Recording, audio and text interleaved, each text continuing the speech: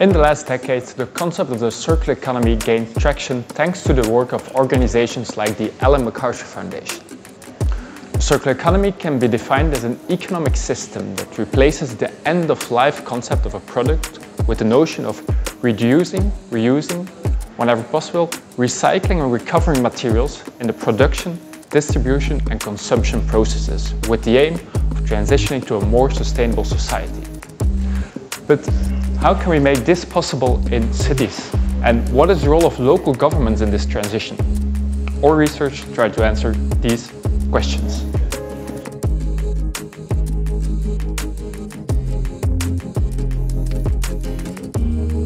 The European Green Deal considers the circular economy a key priority in the transition to climate neutrality.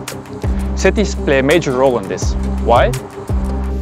Because they represent 80 to 85% of GDP while only housing 55% of the global population.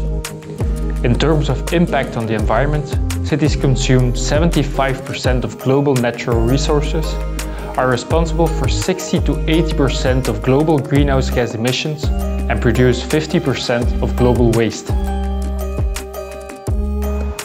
With the notion of the circular economy come the concept of a circular city where local governments play a key role.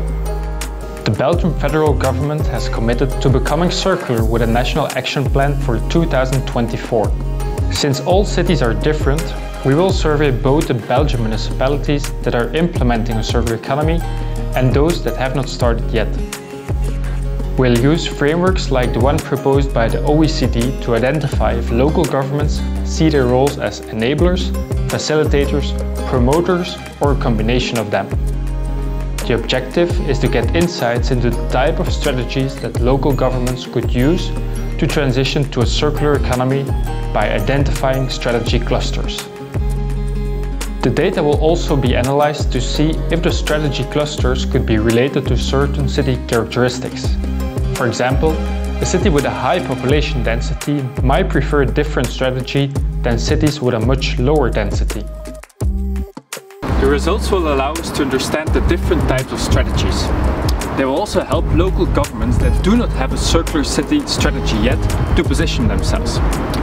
Furthermore, we will use the results in our future studies where we will see how management control can be used to successfully implement these strategies in local governments. If you're interested in working together on this research or want to know more about results, do not hesitate to contact us.